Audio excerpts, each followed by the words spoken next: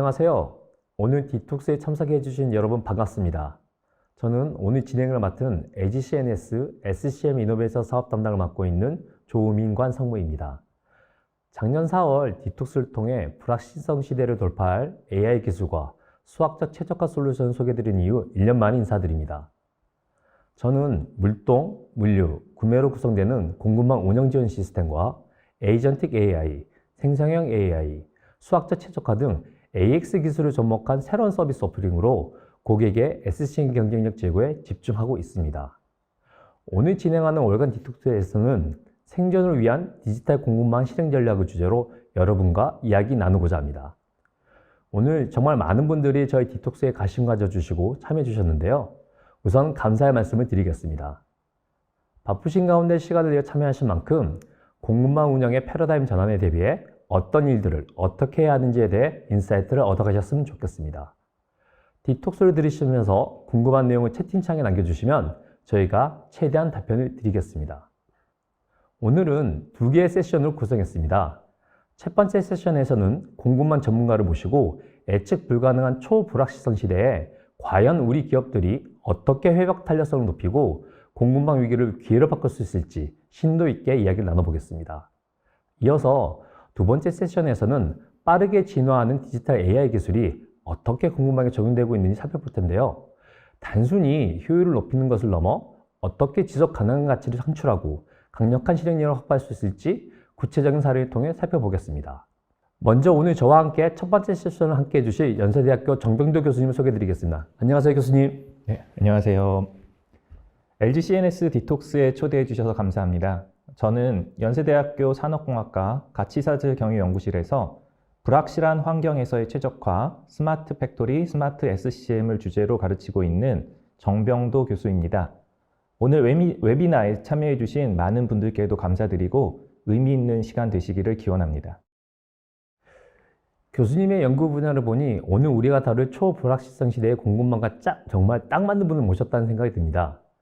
공급망 최적화는 이제 선택이 아닌 필수가 되었는데요. 디지털 AI 기술들이 단순히 효율을 높이는 걸 넘어 기업의 회복 탄력성을 어떻게 만들어줄지 본격적 이야기를 나눠보겠습니다. 교수님, 최근 미국 이란 전쟁으로 인해 호르무즈 해협 봉쇄가 장기화되고 있는데요. 지난 2월 말까지는 베리로키오나 이그벨로호 이런 유연한 원유 수송선들이 호르무즈 무역을 급박하게 통과해서 우리나라에 도착했습니다.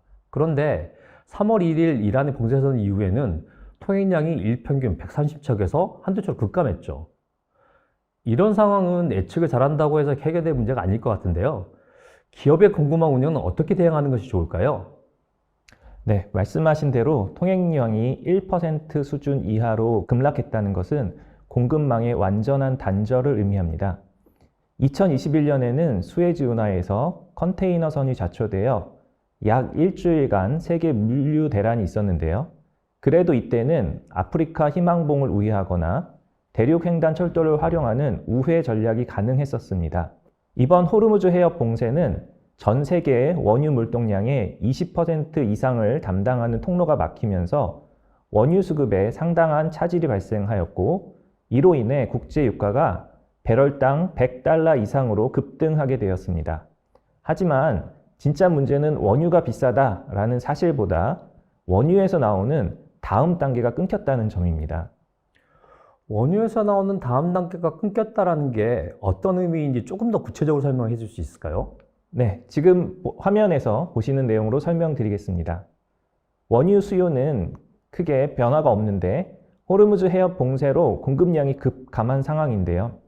이로 인해 유가가 급등했고 기업이든 개인이든 하루가 다르게 유가가 상승하는 것을 체감하실 수준이 되었습니다.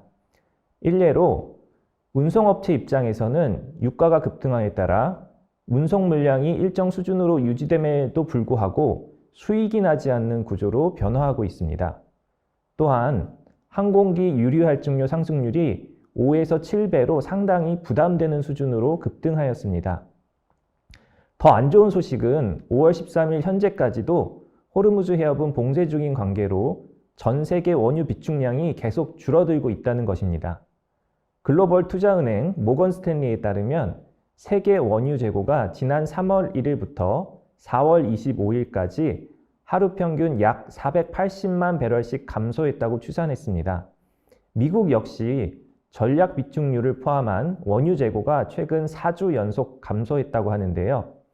호르무즈 해협이 정상화되더라도 각국의 비축률을 우선 채워 넣으려고 하기 때문에 한동안은 고유가를 유지할 것으로 보이고 산업 및 생활에 사용할 원유는 여전히 수급이 불안정할 것으로 예측됩니다. 원유 다음 단계를 살펴보겠습니다. 원유를 정제하면 휘발유, 경유도 나오지만 석유화학 산업의 기초 원료인 나프타가 나옵니다. 우리나라에서 이 원료는 직접 수입해오는 물량도 있습니다만 원료를 정제하여 생산하는 물량이 더 많습니다. 원유 공급이 끊기면 나프타 역시 공급이 어렵게 됩니다. 그러면 폴리에틸렌, 폴리프로필렌 같은 기초 플라스틱 소재가 공장으로 들어오지 않죠. 그럼 자동차 부품, 건설 자재, 포장 자재, 우리가 매일 쓰는 종량제 봉투까지 생산이 멈춥니다. 정유사와 화학 공장의 가동률 저하는 결국 산업계 전체의 기초 체력을 저하시키는 공급망의 나비 효과를 불러일으키는 것입니다. 네, 그러고 보니 얼마 전까지만 해도 집안 마트에 종량제 봉투 구매를 1인당 1매로 제한하는 문구가 있었습니다. 중동의 호르무즈 해협 봉쇄가 개인에게까지 여파를 미치고 있는데 기업 입장에서는 더욱 큰 영향을 받고 있겠습니다. 기름값이 오르면 차를 덜 타면 되지라고 생각할 수 있지만 플라스틱 원료 부족은 차원이 다른 문제입니다. 종량제 봉투는 폴리에틸렌으로 만들어지는데 원료 공급이 불안정해지니 제조업체들이 생산을 포기하거나 단가를 맞추지 못하고 있죠. 맞습니다. 여기에 소비자들의 패닉 바잉, 즉 공포 구매가 더해졌습니다. 봉투 수급이 안 되어 쓰레기 대란이 올 것이라는 소문이 퍼지면서 사재기가 일어났고 결국 지자체마다 공급 제한 조치를 두고 지자체 보유 재고는 충분하다고 서둘러 국민을 안심시키는 초유 사태가 발생했죠. 이제 종량제 봉투 이야기는 이쯤하고 다시 기업의 공급망 운영으로 돌아가 보겠습니다. 앞서 호르무즈 해협 봉쇄라는 구체적 위기 상황을 통해 공급망 운영에 있어 외부 사건 나비 효과에 얼마나 취약한지 확인했습니다. 그런데 교수님, 더 걱정되는 건 이런 위기가 단발적이지 않다는 겁니다. 최근 글로벌 리스크 리포트 2024에서는 이를 다중 리스크라고 정의했더군요. 이제 안정적으로 공급망을 운영하는 시대는 끝나는 건가요? 네, 무서운 현실이지만 그렇다고 볼 수 있습니다. 기후, 기술, 지정학적 리스크가 개별 이벤트로 영향을 주는 것이 아니라 서로 복잡하게 얽혀 위기가 증폭되고 있습니다. 예를 들어 호르무즈 사태가 단순히 물류나 원료 확보의 문제로 보기는 어렵습니다. 에너지 위기, 경제 위기, 식량 위기 등이 복잡하게 얽혀 있어 기업의 공급망 운영 전략에 따라 기업의 생존이 달려있는 문제로 볼 수 있습니다. 이제 뉴 노멀 시대는 안정성이 아니라 지속적인 복잡성 그 자체입니다. 예측 불가능 자체가 일상이 되었다는 말이군요. 파이낸셜 타임즈에서도 심층적 불확실성 시대의 전략 수립이 화두가 되었는데 경영진 입장에서는 해가 갈수록 예산 계획을 수립하는 것이 매우 어려워 보입니다. AI 투자 늘려야 할지 인력을 재편해야 할지 변수가 너무 많으니까요. 네, 맞습니다. 실패하는 기업은 불확실성을 제거하거나 회피하려고 노력합니다. 하지만 성공하는 기업은 문제를 바라보는 시선을 바꿉니다. 일반적으로 불확실성에 대처하는 방법은 세 가지가 있습니다. 첫째, 어떻게 하면 불확실한 요소를 잘 예측할까? 둘째, 불확실성이 발생되기 전에 사전 대책을 어떻게 수립할 것인가? 셋째, 불확실성이 발생된 후 어떻게 빠르게 대응할 것인가입니다. 성공하는 기업은 어떻게 잘 예측할까만 고민하지 않고 어떻게 복잡한 불확실성을 관리하고 민첩하게 대응할 것인가에 더 집중합니다. 특히 다중위기 환경에서는 민첩한 대응이 더욱더 중요해집니다. 예를 들어 전년도에 예산 계획을 잘 수립했더라도 계획에 따라 진행하는 것은 진행하고 상황의 변화에 따라 대응할 것은 대응해야 경쟁 우위를 확보해 나갈 수 있습니다. 예측도 중요하지만 흔들림 없이 대응하는 게 더 중요하다는 말씀이군요. 그렇다면 실무적으로 민첩하게 대응한다는 건 무엇을 의미할까요?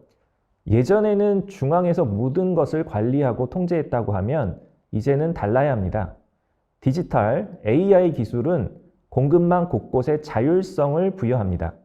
예를 들어 갑자기 호르무즈 같은 봉쇄 상황이 발생하면 AI가 전 세계에 퍼져 있는 재고를 실시간으로 파악하고 대체 경로를 분석해서 각 사업장에 우리는 지금 이만큼의 대응이 필요하다라는 정보를 즉시 공유합니다.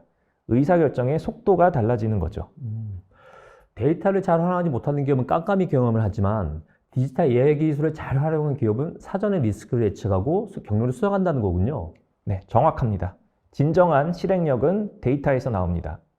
위기는 누구에게나 예고 없이 찾아오지만 그 위기를 관리하는 수준은 디지털 AI 기술에 투자해온 기업과 그렇지 않은 기업으로 명확하게 갈릴 것입니다.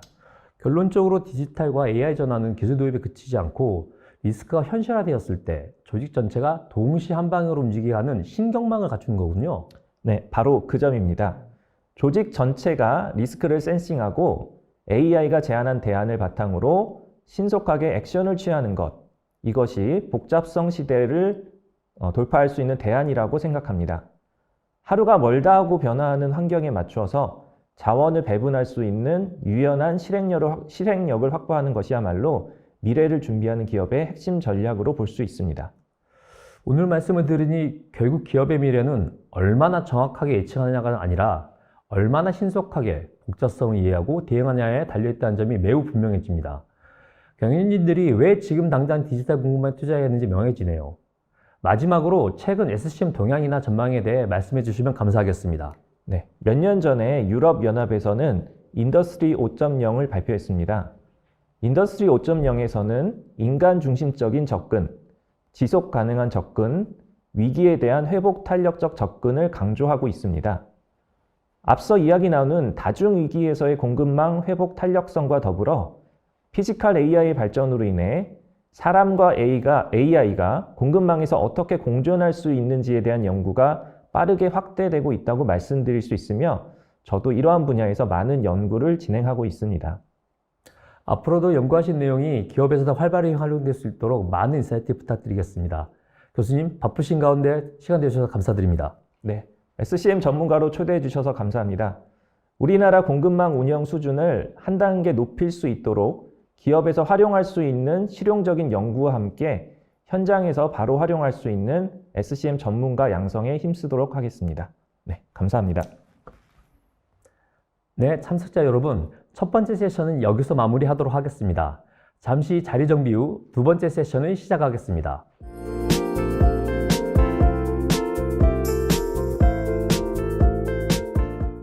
지금부터는 디지털 AI 공급망이 만드는 지속 가능한 가치와 실행력을 주제로 이야기 나누겠습니다.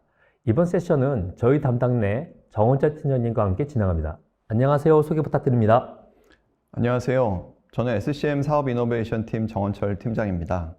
작년 이맘때 디톡스를 통해 인사드렸는데요. 이렇게 다시 만나뵙게 되어 반갑습니다. 네, 첫 번째 세션에서는 정병규 교수님과 함께 초불확실성 시대의 기업들의 생존 방식에 대해 이야기를 나누어 보았습니다. 두 번째 세션에서는 디지털 AI 공급망이 만드는 지속 가능한 가치와 실행력을 주제로 이야기를 이어나가려고 합니다. 정원철 팀장님, 이번 세션에서 소개할 내용을 간략하게 설명해 주시죠. 네, 이번 세션에서는 첫째, 디지털 AI 공급망의 핵심 프레임워크를 설명드리고 둘째, 디지털 AI 공급망 혁신의 실제 적용 사례를 말씀드리고자 합니다. 그리고 지속 가능한 실행력을 위한 제언으로 마무리하는 순서로 구성되어 있습니다. 앞선 대담을 통해 우리는 호르무즈 해협 사례와 같은 공급망 봉쇄가 단순한 물류 문제를 넘어 산업 생태계 전체를 흔드는 다중위기임을 확인했습니다. 이번 시간에는 우리가 직면한 현실이 무엇인지 그리고 그 거친 파도를 넘기 위해 어떤 체력을 길러야 하는지 말씀드리고자 합니다. 지금 우리가 마주한 경영 환경은 크게 세 가지 특징을 가집니다. 첫째는 불확실성입니다. 내일 당장 어떤 변수가 발생하여 우리가 예측한 공급 계획을 무너뜨릴지 알 수 없는 상태입니다. 둘째는 복잡성입니다. 공급망을 구성하는 수많은 노드와 요소들이 너무나 촘촘하게 얽혀 있어서 한 곳의 문제가 어디까지 영향을 주고받을지 파악조차 어렵습니다. 마지막으로 이 모든 것이 서로 증폭되는 다중위기입니다. 전쟁, 자연재해, 지정학적 리스크가 동시다발적으로 터지며 과거의 개별적 리스크 대응 방식으로는 더 이상 버티기 힘든 상황이 되었습니다. 팀장님, 이 불확실하고 복잡하게 일상화된 뉴 노멀 시대에 우리는 어떻게 대응해야 될까요? 네, 교수님과의 세션에서 언급된 것처럼 공급망 운영에 있어 효율성만 추구하기에는 예측이 불가능한 일들이 세계 곳곳에서 발생하고 있습니다. 상무님께서 말씀하신 불확실성, 복잡성, 다중위기에 대응하기 위해서는 기업의 생존 근육인 세 가지 역량이 필요하다고 보고 있습니다. 첫째, 애질리티, 민첩성입니다. 불확실성 속에서 어떤 일이 언제 발생할지 미리 다 알 수는 없습니다. 하지만 변화를 실시간으로 감지하고 즉각적으로 의사결정을 수정하는 민첩함이 있다면 우리는 위기에도 크게 동요하지 않을 것입니다. 둘째, 레질리언스, 회복 탄력성입니다. 과거의 경영은 비용 효율화에 집중했습니다. 하지만 이제는 충격이 발생했을 때 운영 중단을 막고 설령 멈추더라도 신속하게 복구하시는 것이 최우선입니다.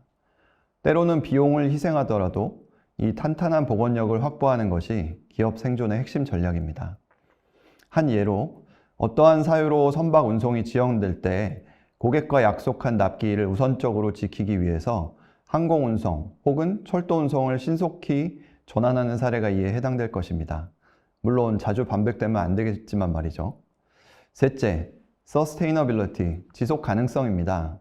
다중위기의 핵심인 ESG, 즉 환경, 사회, 지배구조, 리스크를 선제적으로 관리해야 합니다. 공급망의 시작부터 끝까지 투명하게 데이터를 관리하는 기업만이 규제와 환경의 장벽을 뛰어넘어 시장의 신뢰를 유지할 수 있습니다. 정리하면 복잡성이나 불확실성은 우리가 제거할 수 있는 대상이 아닙니다. 이러한 상황에서도 민첩하게 대응하고 위기를 버텨내며 지속 가능한 가치를 창출하는 것, 그것이 바로 우리가 미래를 준비하며 구축해야 할 디지털 공급망의 본질입니다. 상무님, 그렇다면 우리가 이 세 가지 필요 역량을 어떻게 현장에서 구현할 수 있을까요? 지금까지 공급망 운영이 단순히 과거 데이터를 기반으로 계획을 세우는 플랜트 이스큐션 중심이었다면 이제는 현실의 변화를 즉각적으로 받아들이고 대응하는 센스 앤 리스판드 체계로 전환해야 합니다. 이를 실현하기 위한 핵심 도구는 바로 디지털 기술과 AI입니다. 먼저 디지털 기술은 우리가 마주한 복잡한 공급망의 물리적 세계를 데이터로 변환하는 센서 역할을 합니다. 공급망 곳곳에서 발생하는 물류 데이터, 재고 상태, 외부 리스크 신호를 가시화하여 기업 내부를 하나로 연결하는 것입니다.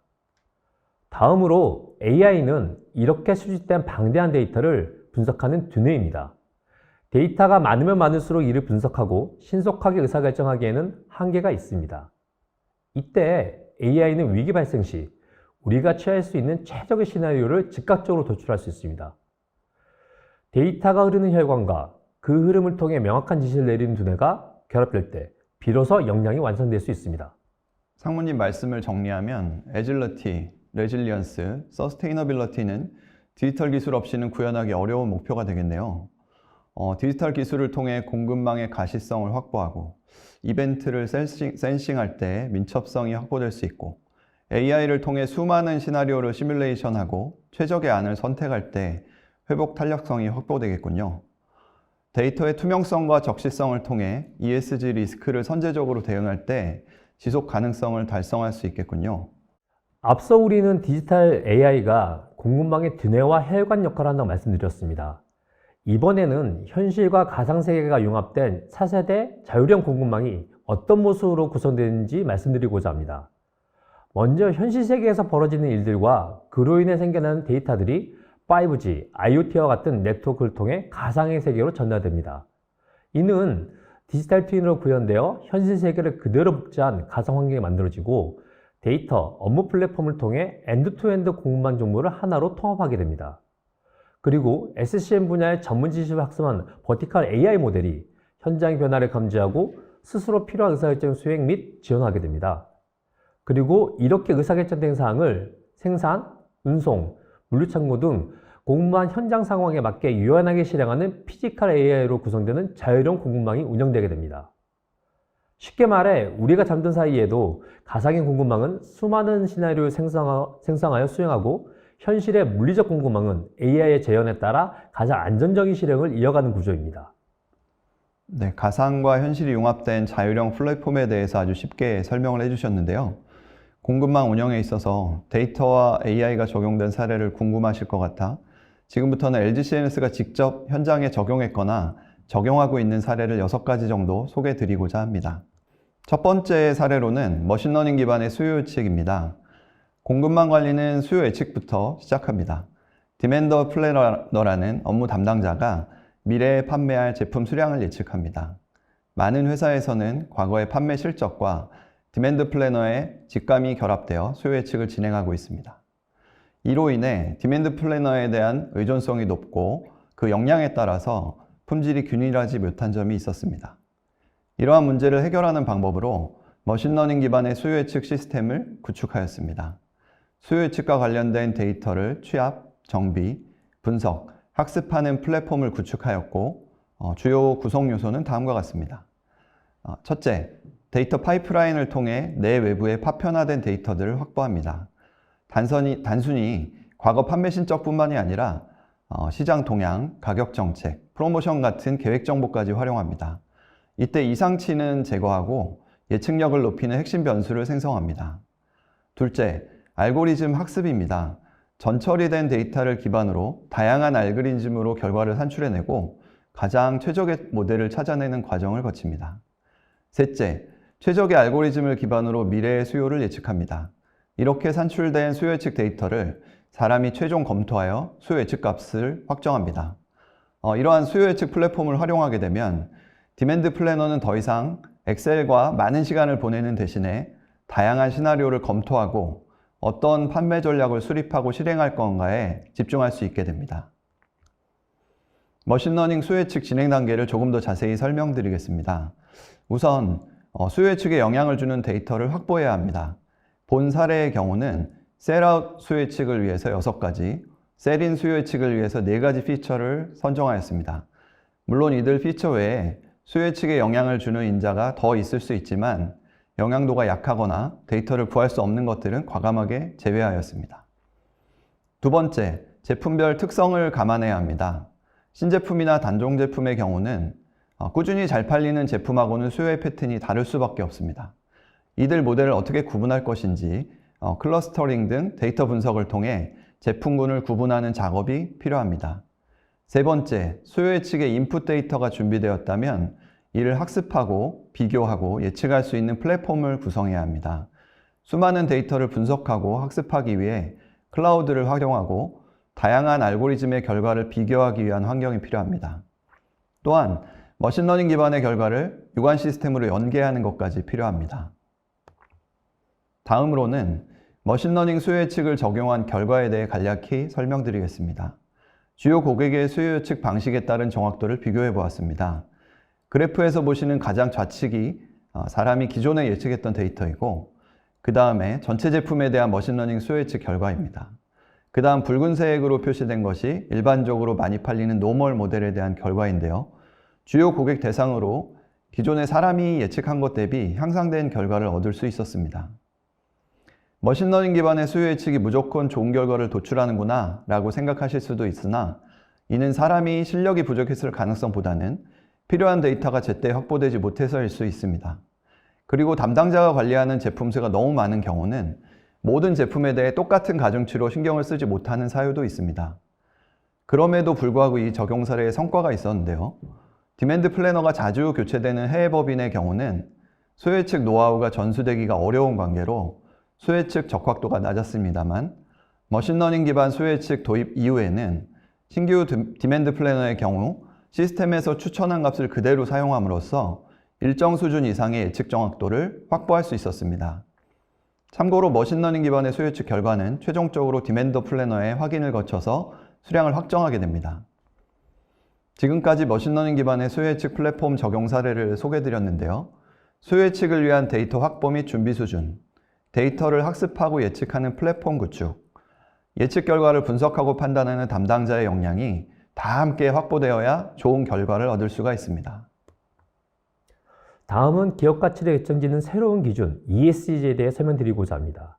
지난 4월 디톡스에서도 이미 설명드렸지만 국내에서도 공시 의무화에 대한 논의가 활발하게 진행되고 있습니다. 현재 우리 기업을 둘러싼 외부 환경은 그 어느 때보다 엄혹합니다. 유럽의 탄소 국경세를 비롯해 전 세계적으로 탄소 배출 규제가 강화되고 있으며 애플과 같은 글로벌 기업들은 공무원 전체의 알리백과 같은 환경 기준 준수를 요구하고 있습니다. 이제 ESG는 단순히 기업의 이미지 관리 차원이 아닙니다. 연기금과 같은 자산운용사는 ESG 저성과 기업의 투자를 축소하고 일반 소비자들, 특히 MZ세대는 자신의 신념을 소비에 반영하는 가치 소비가 확산되고 있습니다. 즉, 이제 ESG는 기업이 시장에 생존하기 위한 최소한의 라이선스가 된 것입니다. 이러한 환경 변화는 기업 경영 패러다임의 대전환을 요구합니다. 과거의 경영이 수익성과 효율성 중심이었다면 이제는 비재무적 가치인 ESG 경영이 기업의 미래 가치를 결정합니다. 여기서 비재무적 가치란 투명성, 신뢰성, 그리고 환경사회에 대한 책임성을 의미합니다. 이제는 수익률을 보고한 재무제표만큼이나 탄소 배출량이나 노동 환경과 같은 비재무적 데이터를 공시하는 지속가능 경영 보고서가 투자자와 고객의 핵심적인 의사결정 도구가 되었습니다. 우리가 지향해야 하는 새로운 경영 방식은 수익성이라는 경제적 가치와 환경 보존이라는 사회적 가치를 하나의 비즈니스 전략 안에 통합하는 것입니다. 그렇다면 이 복잡한 비재무 데이터를 어떻게 관리해야 될까요? 에지 CNS는 현장의 데이터 입력부터 공시까지 모든 과정을 통합하는 ESG 통합 플랫폼을 구축하였습니다. 고객사는 ESG 통합 플랫폼을 통해 ESG 데이터를 취합하고 점검하여 공급망 의사결정에 활용하고 있습니다. 이 플랫폼의 핵심은 ESG 인텔리전스에 기반한 엔드-투-엔드 프로세스 통합 관리입니다. 현장의 온실가스, 자원순환, 안전환경 분야의 시스템을 통해 고객사 및 자회사까지 데이터를 수집합니다. 또한 기존 ERP나 HR 시스템과 연결해 파편화된 데이터를 하나로 모으고 재가공합니다. 이렇게 통합된 데이터는 대시보드를 통해 리스크를 상시 모니터링하고 경영진에게는 전략수를 위한 의사결정 근거를, 외부 이해관계자에게는 투명한 리포트를 제공합니다. 결국 ESG 성과는 누가 더 정확한 현장의 데이터를 확보하고 누가 이를 효율적으로 보고하고 공시하느냐에 달려 있습니다. 오늘 소개해드린 ESG 통합 플랫폼이 우리 기업의 지속 가능한 경쟁력을 확보하는 든든한 기반이 되고 있습니다. 다음으로는 작년 디톡스에서도 한번 소개해드린 수학적 최적화를 활용한 SCM 솔루션에 대해 소개해드리겠습니다. LG CNS는 그동안 진행해왔던 SCM 컨설팅 및 시스템 구축 경험과 국내 최대 규모인 최적화 전문 인력과 함께 수학적 최적화를 활용한 공급망 문제 해결 솔루션을 작년에 출시하였습니다. 우선 수학적 최적화에 대해 간략히 설명을 드리면 복잡한 비즈니스 문제를 수리적 모형으로 변환하고 각 시나리오별 대안을 수리적으로 비교 분석할 수 있도록 하는 문제 해결 방법입니다.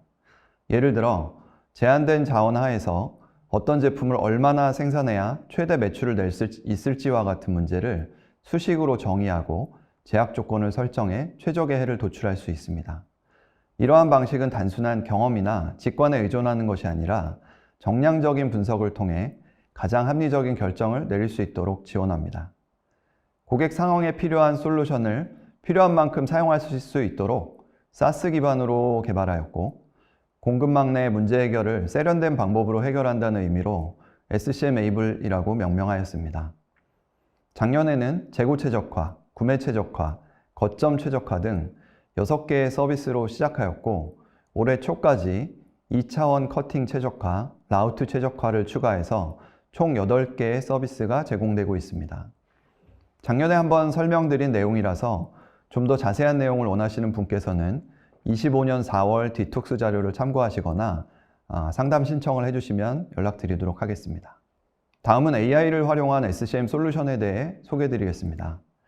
LG그룹 내 대부분의 계열사에서 현재 활발히 활용하고 있는 솔루션으로 공급망을 구성하는 고객과 자사, 협력사 등 정해진 대상에 대해서 사전에 정의된 리스크를 신속하게 파악할 수 있도록 지원하는 서비스입니다. 리스크를 사전에 점검한다는 의미에서 RM Able이라는 이름으로 출시하였습니다. 인터넷상의 기사, 보고서, SNS, 공시정보 등 다양한 출처의 데이터를 실시간으로 취합하여 AI를 통해 리스크 요소가 있는지 판별하고 이에 대한 정보를 대시보드 혹은 이메일을 통해 제공합니다. 젠 AI를 활용하여 기업에 대한 보고서와 추가적인 질의사항을 확인할 수 있는 기능도 제공합니다. 작년 출시한 이후 지속적으로 기능을 추가하고 있는데요. 최근에는 기업의 공시정보를 취합, 분석, 요약하는 기능을 추가하였습니다. 예전에는 사용자가 기업의 공시 데이터를 건별로 찾아보고 파악하였다면 본 서비스를 통해 한 곳에서 요약된 공시 정보를 조회할 수 있습니다. 시연 영상을 보시면서 추가적인 설명을 드리도록 하겠습니다. 공시분석 보고서 메뉴에서는 각 기업의 공시보고서를 기반으로 정보를 제공합니다. 사용자가 보고서 종류와 한국 혹은 중국 공시자료를 조회하면 선택된 업체에 대한 각종 공시보고서를 조회할 수 있습니다. 관심 있는 기업의 보고서에 대한 페이지 수나 게시된 날짜를 한눈에 파악할 수가 있습니다. 보고서를 선택하고 우측 상단에 분석 보고서 생성을 클릭하면 새로운 분석 보고서를 생성할 수가 있습니다.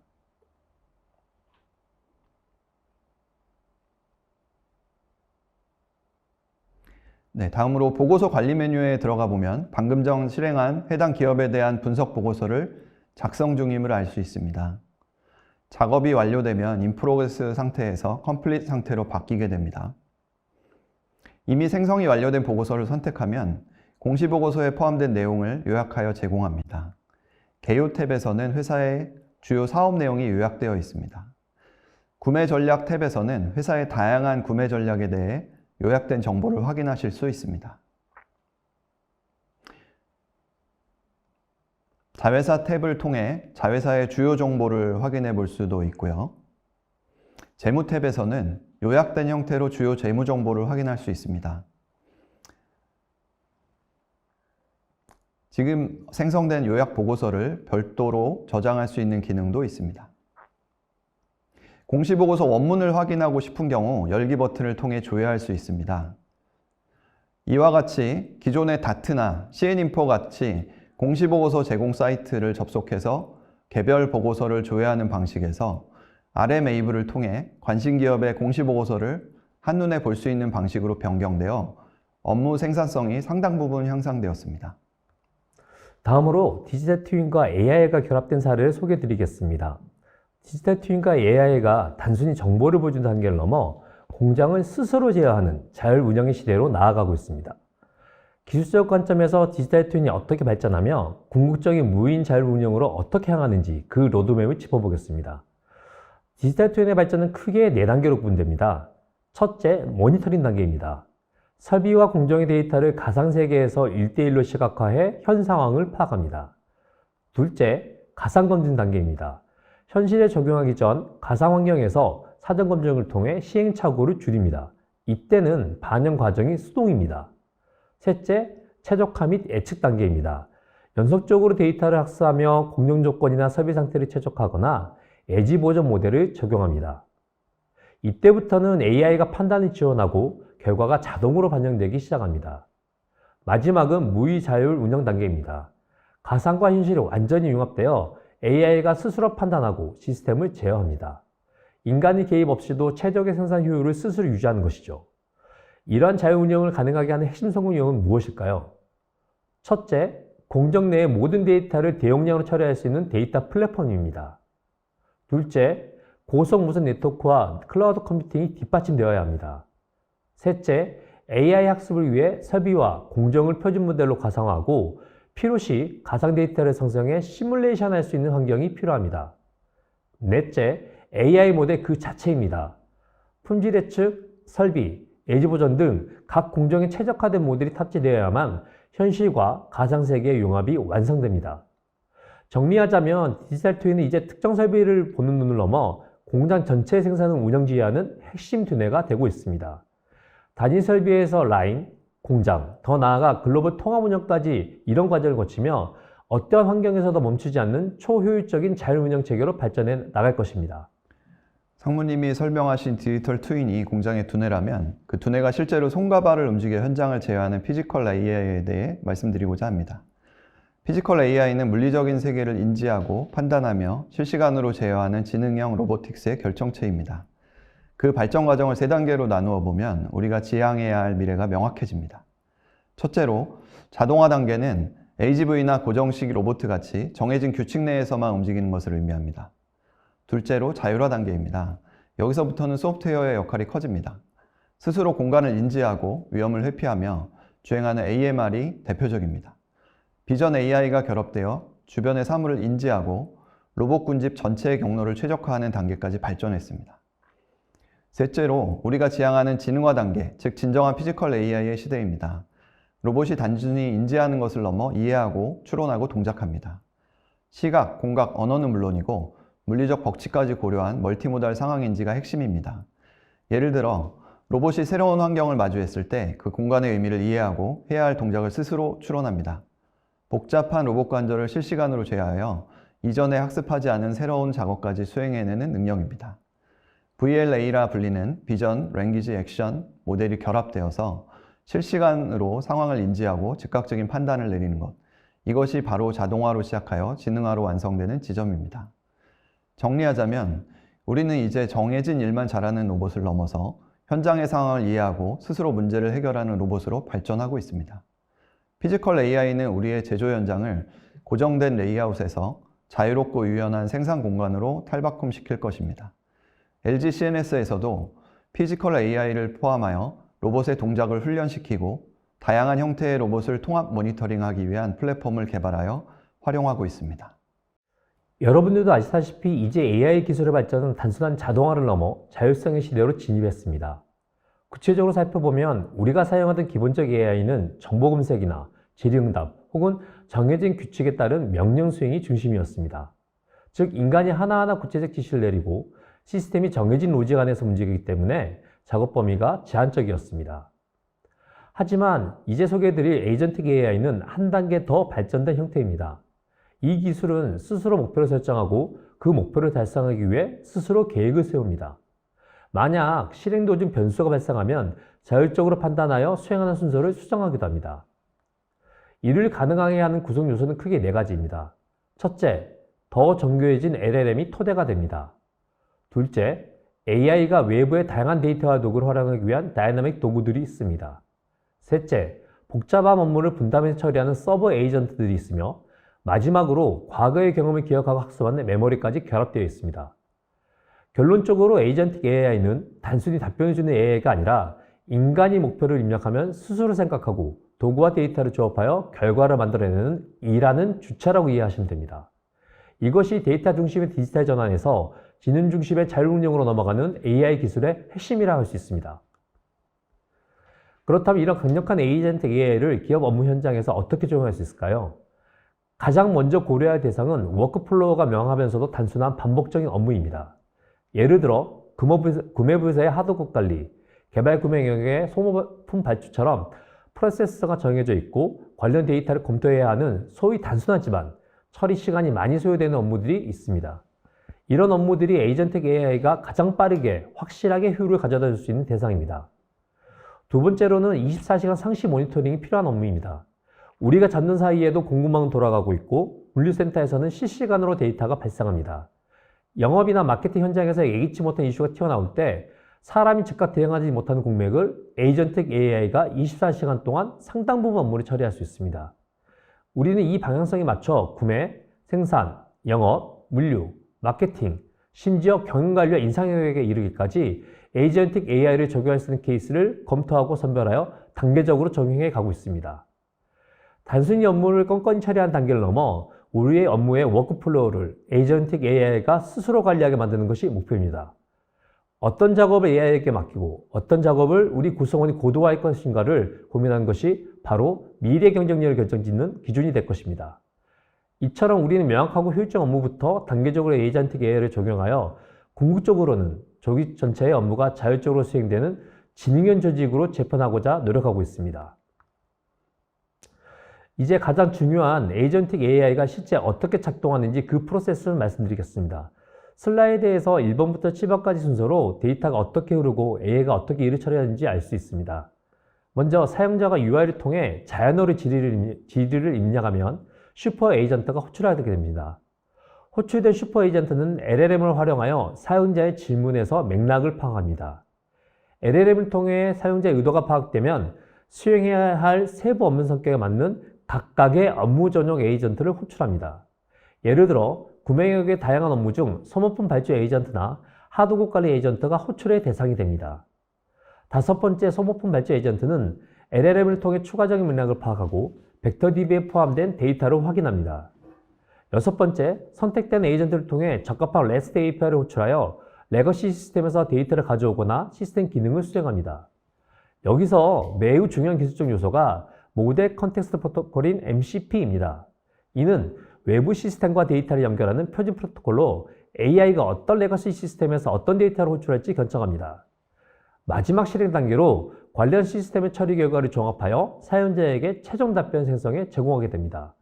이 과정은 예상보다 신속하고 진행되며 핵심은 이 에이전틱 AI가 유연하게 확장 가능하다는 점입니다. 새로운 서비스가 등장하여도 이 구조 안에서 새로운 업무 에이전트만 등록하면 즉시 통합하고 활용할 수 있습니다. 결국 에이전틱 AI는 단순한 자동화를 넘어 AI가 스스로 레거시 시스템과 연동하여 가치를 창출합니다. 시스템 통합과 업무 효율화를 고민하는 우리에게 가장 필요한 기술적 해답이 바로 여기 있다 볼 수 있습니다. 다음 시연 동영상을 통해 실제 에이전틱 AI가 적용된 실제 화면과 프로세스를 정원준 팀장이 설명드리도록 하겠습니다. 정 팀장님 소개 부탁드립니다. 네, 에이전틱 AI가 어떤 식으로 적용되었는지 시연 영상을 잠시 시청하시겠습니다. 기존에는 담당자가 복잡한 워크플로우로 반복적인 업무를 직접 진행했습니다. 에이전틱 AI는 업무 워크플로우를 기반으로 스스로 판단, 기획, 실행하며 업무를 지원합니다. 이제 반복적인 업무에서 벗어나 중요한 의사결정에 집중할 수 있습니다. 지금부터 개발 중인 에이전틱 AI 업무 처리 시스템의 데모를 보여드리겠습니다. 먼저 발주 자동화에 대한 예시입니다. 대화를 시작하면 에이전틱 AI는 사용자가 처리해야 할 업무를 알려주고 처리 방법을 가이드해줍니다. 구매 요청 건을 조회하고 상세 정보까지 바로 확인할 수 있습니다. 단가를 확인하고 예시를 선택하여 PO 생성을 요청하면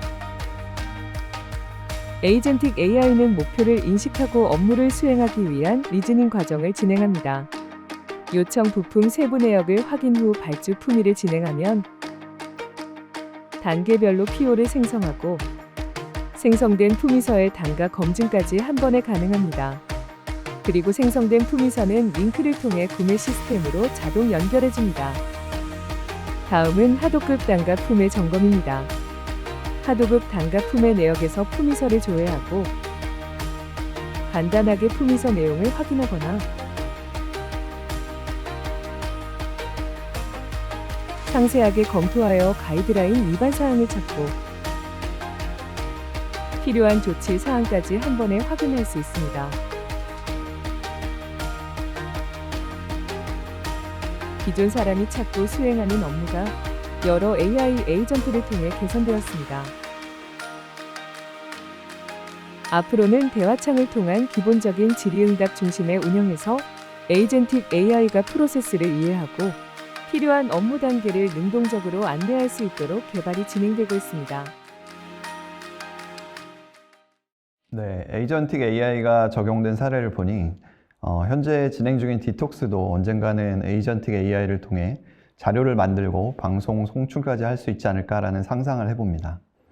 지금까지 우리는 머신러닝 기반의 수요 예측부터 ESG 통합 플랫폼, 수학적 최적화가 적용된 공급망 문제 해결 솔루션, 젠 AI가 결합된 공급망 리스크 관리 솔루션, 그다음 디지털 트윈, 피지컬 AI, 그리고 스스로 판단하는 에이전틱 AI에 이르기까지 공급망의 지능화를 위한 긴 여정을 함께 했습니다.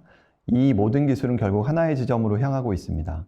바로 공급망 운영을 자동화하고 자율화하며 궁극적으로 지능화하는 것입니다. 그러면 상무님, 우리가 하루가 다르게 발전하는 AI 시대를 어떻게 대응하는 것이 좋을까요? 네, 좋은 질문입니다. 가장 중요한 것은 AI 기술 그 자체가 목적이 되어서는 안 된다는 것입니다. 오늘 우리가 살펴본 이 기술들 모두 민첩성, 회복 탄력성, 지속 가능성이라는 세 가지 핵심 역량을 확보하기 위한 수단입니다. 이제 냉정하게 우리 현장을 되돌아봐야 합니다. 지금 이 순간에도 현장에서는 테크놀로지 뎁, 즉 기술 부채가 쌓여가고 있습니다. 처음엔 작은 불편함이 있었던 구식 시스템, 파편화된 데이터, 수작업들이 시간이 지나면서 눈덩이처럼 불어나 이제는 우리의 발목을 잡는 거대한 장벽이 되었거나 진행 중입니다. 우리는 지금까지 늘 just in time, 즉 적시 생산을 강조해 왔습니다.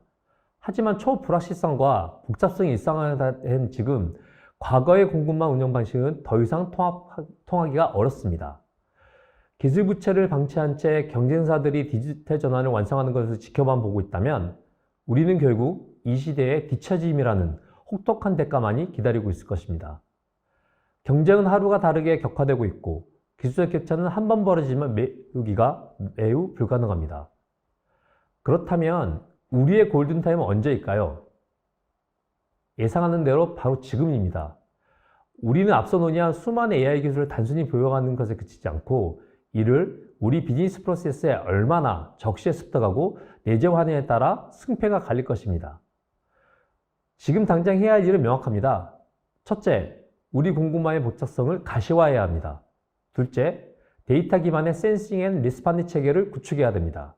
셋째, 기술 부채를 해결하기 위한 실행 단계로 과감하게 진입해야 합니다.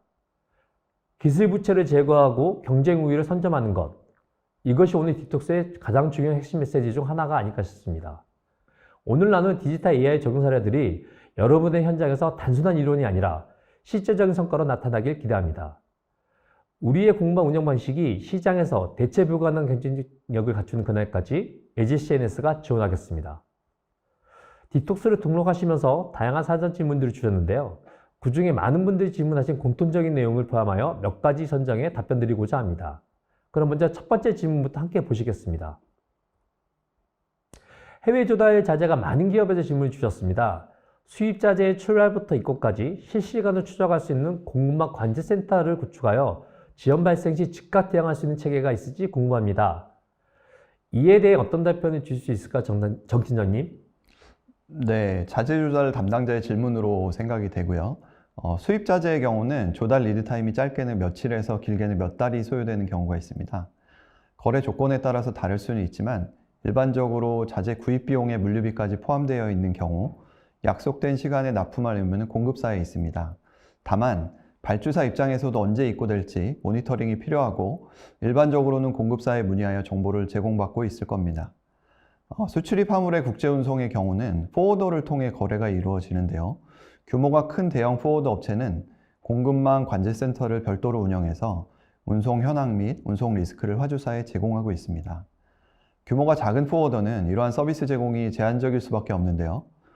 디지털 테크를 활용해서 공급망 운송 현황에 대해 정보를 제공하는 디지털 포워딩 서비스를 활용하기도 합니다. 디지털 기술 기반의 수많은 기업들이 활동하고 있습니다. 전통적인 물류 기업이 제한적으로 정보를 제공했다면 디지털 포워딩 업체들이 여러 물류 실행사의 정보를 통합하여 서비스를 제공하고 있습니다. 다음으로는 대부분의 기업들이 인지하고 있지만 해결하기 까다로운 문제에 대한 질문을 주셨는데요. 질문의 내용은 다음과 같습니다.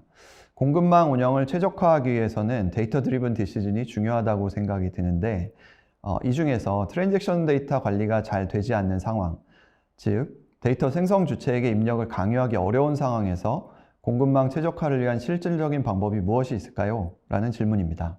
저희가 컨설팅이나 시스템 구축을 착수해서 첫 번째로 마주하는 장면이 떠오르는데요. 어떤 해결책이 있을까요, 상무님? 네, 데이터의 품질이 우리가 원하는 수준으로 생성 관리되고 있어 아주 좋은 환경이 되는데 그렇지 못한 경우에 대한 고민이군요. 공급망 운영자는 모두 공감하실 내용이라고 생각합니다. 정해진 시간 내에 양질의 계획을 만들어내야 하는데 원천되는 데이터가 누락되거나 틀린 경우가 있습니다. 어떻게든 진짜 데이터 값을 찾아서 대응하거나 정확도를 일부분 희생하더라도 정해진 타임라인을 맞추는 작업을 하고 계실 겁니다. 저희가 그동안의 경험을 통해 몇 가지 방안을 정리해 보았는데요. 첫째, 데이터 생성 및 입수의 자동화를 우선 제한하고 적용합니다. 많은 공장들이 상당 부분 자동화를 적용했으나 IT 시스템까지 데이터 전송은 아직 미흡한 부분이 있는 것 같습니다. 이런 경우는 IoT 장치를 통한 데이터 수집 자동화를 적용하거나 하나의 시스템에 입력한 정보를 관련 시스템에 전파하는 방식으로 적용합니다. 둘째, 누락된 데이터는 보정 로직을 적용하여 현실과 가까운 데이터를 생성합니다.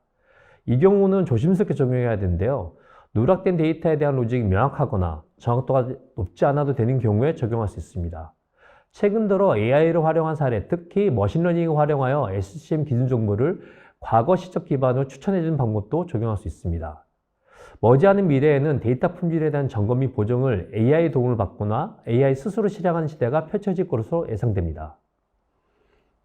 네, 데이터 품질 수준 유지는 지금도 시스템을 구축하거나 운영하는 입장에서는 어려운 문제인데요. 저 역시 AI를 통해 상당 부분 해결할 수 있을 것으로 기대하고 있습니다. 세 번째 질문은 공급망의 가장 취약한 고리에 대한 질문인데요. 예를 들어 주요 공급처의 납기가 1개월 정도 지연될 경우에 우리는 얼마나 버틸 수 있는가 같은 문제를 고민하는 고객이 있습니다.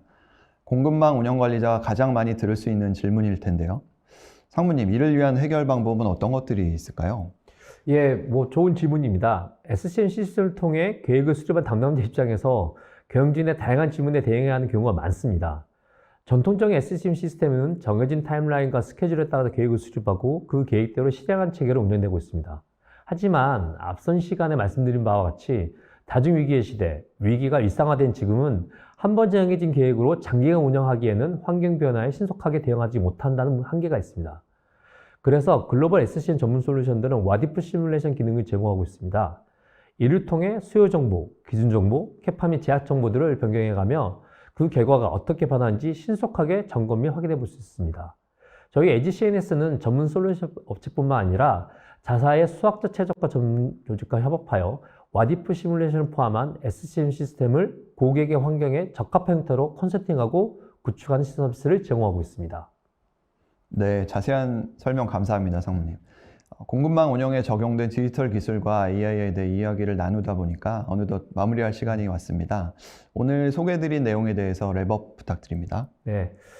오늘 나오는 내용들이 공급망 운영에 있어 디지털과 AI를 어떻게 적용할 수 있을지 고민하신데 의미 있는 인사이트를 듣는 시간이 되었기를 바랍니다. 디톡스를 끝까지 함께 해주신 모든 분들께 감사드리고 앞으로도 에지CNS는 고객 여러분의 공급망 운영 수준 향상을 함께 고민하고 지원해 나가겠습니다. 궁금하신 점이나 상담이 필요하신 분들께서는 채팅창 우측에 상담 신청 버튼을 이용해 주시거나 메일을 통해 문의 주시면 자세히 안내 드리겠습니다. 그리고 23년부터 월간 디톡스에 보내주신 관심과 참여에 진심으로 감사드립니다. 현재 개편을 준비 중이며 새로운 형태로 다시 찾아뵐 예정입니다. 월간 디톡스는 잠시 멈추지만 다양한 주제로 진행되는 에지CNS의 다른 세미나 및 이벤트는 계속 운영될 예정이니 앞으로도 많은 관심과 참여 부탁드립니다. 더 좋은 콘텐츠로 다시 인사드리겠습니다. 이상으로 디톡스를 모두 마치겠습니다. 참석해 주셔서 감사합니다.